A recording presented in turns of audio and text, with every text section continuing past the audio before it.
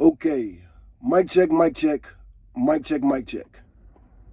My name is Diego, and I have a website. I'm not going to talk about it right now. I'm not working on that right now.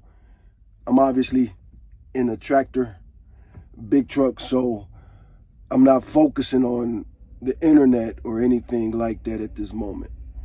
But I just have to address one lie that is just getting out of control, getting out of hand. We live in a world of lies. And that's the reason that I started my website all those years ago in the first place. But people don't want the truth. People want to be entertained. People don't want to be bored. People are so devilish. Now, right here on my lap, I got two Bibles. This is a year chronological Bible, and this is an NIV. Now, this is the NASB, the New American Standard Bible. And I was talking to somebody about the King James Version. Not my favorite version, but it's not mistranslated that much. So many people are saying things about the Bible being a book of white supremacy. And it's so ridiculous. It's so ridiculous. I'm going to read a statement that I just post on one of these online discussions. Something that I said about the King James Version. Anyway, the King James Version isn't even a point. I was talking about the King James Version because there was once something called the Slave Bible. There's the Slave Bible. So the Slave Bible was the King James Version of the Bible, but most of it was removed because the Bible, these 66 books, are very anti-slavery. Bill Marr said a lie about the Bible the other day. He said something about, he was talking to Mike Tyson, and he said, your boy Jesus and God of the Bible are cool with rape and slavery. That is a lie about this book here. This book is not a white supremacist book, first of all. It takes place mostly in the Middle East and Africa. And then when it does finally get to Europe, Europe is the villain. The Bible says in the book of Revelation, when it describes Yeshua, well, Jesus, but Yeshua, pretty much the star of this book, it describes him as a man with dark brown skin. It says his skin will be probably darker than mine. Brass colored. It says he has woolly hair. And then there's a lot of black women that talk about, you're getting things confused. This book says black women are the most beautiful women on the planet. Several places. You go to the Song of Psalms or Song of Solomon. It's called something different depending on the translation. But you go to that book. The woman that book, the Song of Psalms is like a love poem. Does it have a description in here? But it's like a love poem, and it's clearly to a black woman. And there's a verse that says, in the song, there is a woman and man going back and forth. It's like a love poem between human women and human men. And the woman is clearly dark-skinned, black. And we assume that Solomon was, just because Hollywood is a thing doesn't mean that you should make it seem like what Hollywood says about this is true. Just because Hollywood cast Charlton Heston to play Moses, what does this book say about Moses? Just because, all these characters, David is always going to appear as a white man in a Hollywood production. But what does this book say about David? Solomon, of course he wasn't white. The book says Bathsheba was his mother. Bathsheba was Solomon's mother. She came from Africa. Wait, no, Bathsheba didn't come from Africa. Solomon's mother was Bathsheba. No, I'm thinking of Solomon's wife, the Queen of Sheba. So Yeah, African queen. Solomon married an African queen.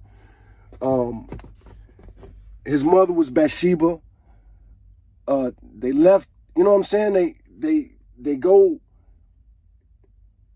You look at the book. First of all, everything that people say publicly is not true about this. Let's address the first chapter, where it says God created man and woman on the 6th day. Then he rested on the 7th day. That's how first chapter ends. The very beginning of this. The very beginning of this. Chapter 1. Chapter 1, verse said God created, chapter 27. Chapter 1, verse 27, God created man in his own image. In the image of God, he created him. Male and female, he created them. Verse 28, God blessed them, and God said to them, be fruitful and multiply, and fill the earth, subdue it, and rule over the fish of the sea, over the birds of the sky, over every living thing that moves on earth. You keep going down to verse 31, the last verse of chapter 1. God saw all that he had made, and behold, it was very good.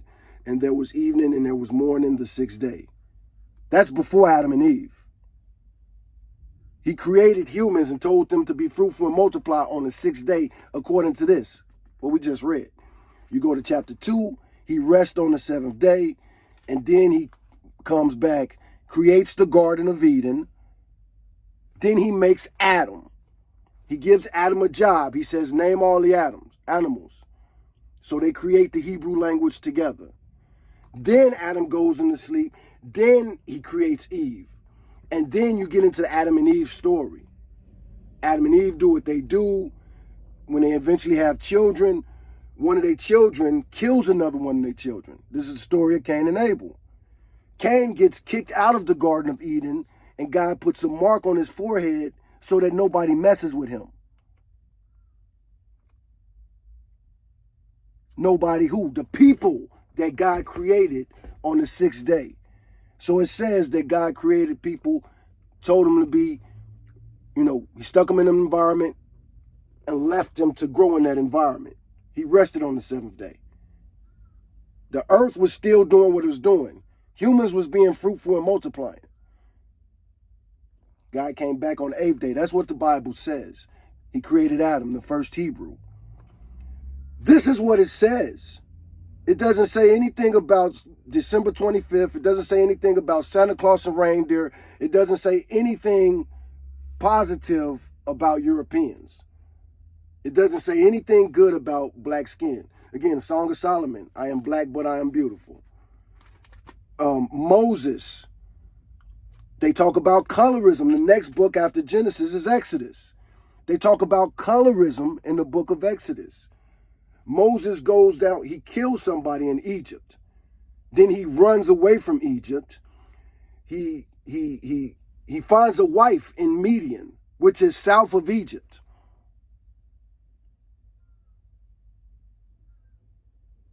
So his first wife was a dark-skinned African. Correct? Is that,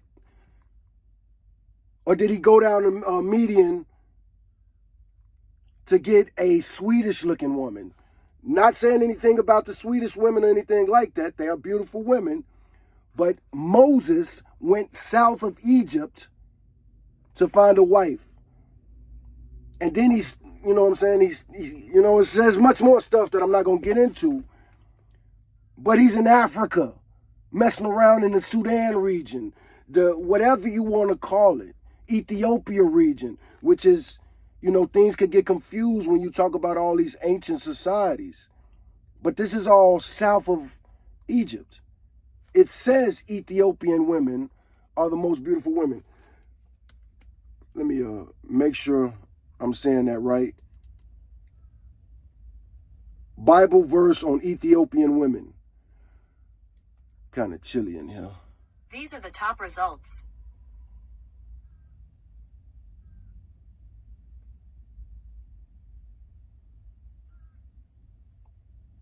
So this gets something, it's a lot of search results.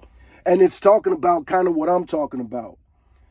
When the translators put Ethiopia or Kush or Sudan or whatever, what are they really saying, man? This is something, So it's bad enough that this is an ancient script written by an ancient people that we can't understand and we can't relate to.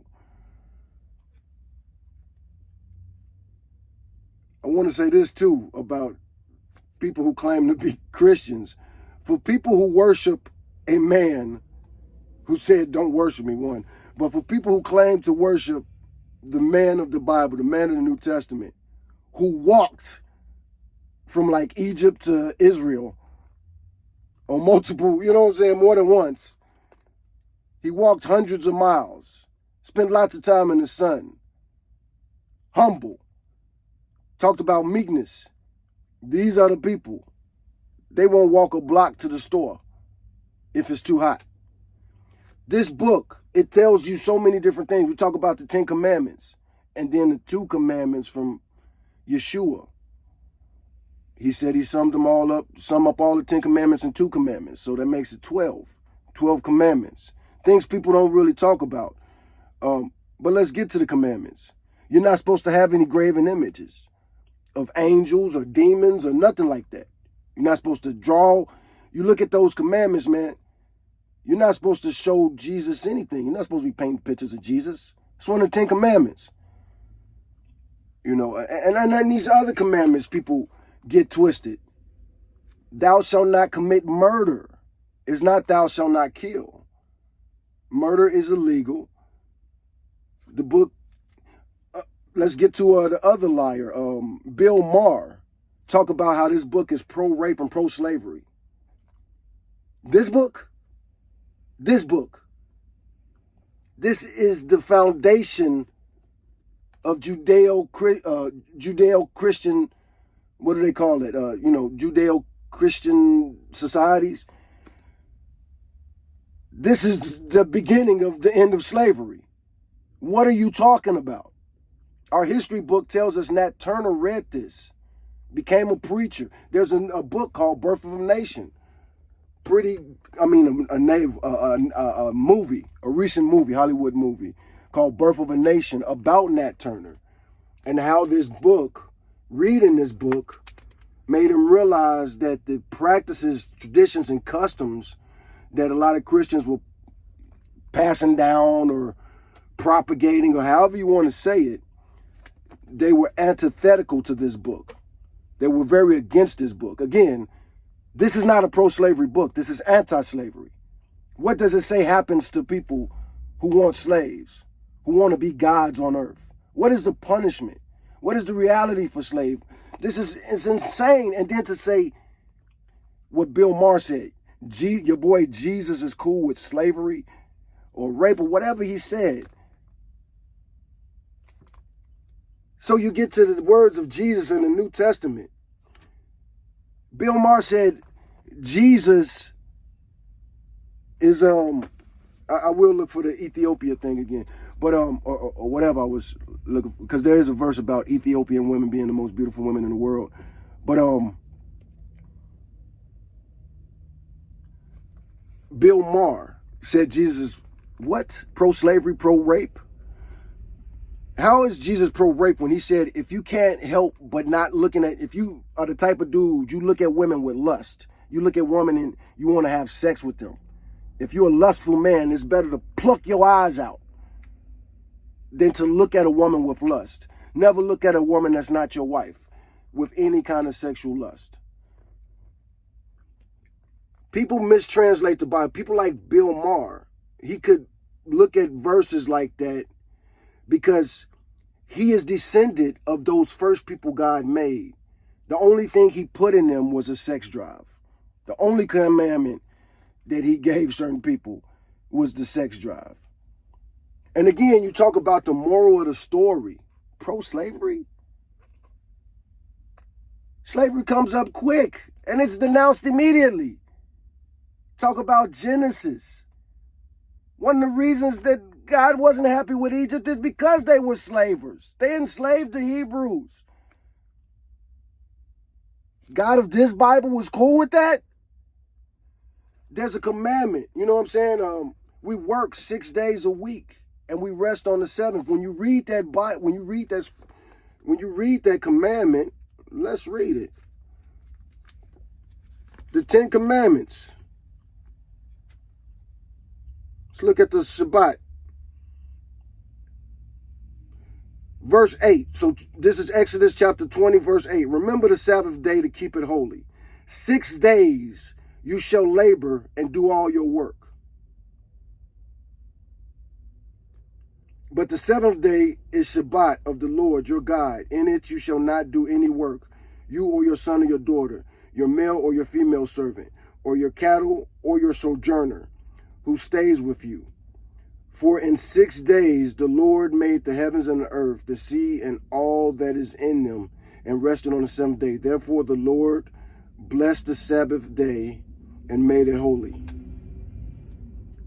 So verse 8 to verse 11, all of that is the Sabbath day commandment.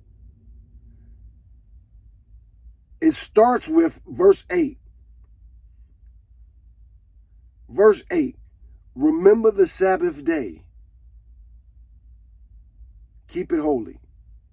It continues. The very next thing it says is 6 days you shall labor and do all your work. Now you look at the curse of Adam. You shall toil the earth. You shall, you know what I'm saying? Get out there, crawl, scrape for what you want for eating and survival. This is the curse. So again, you look at any verse about what he talks about, rape. You're not going to find no pro-rape verse in this. You're not going to find no pro-slavery verse in this. Do you get to do slavery? You know, slavers go to heaven?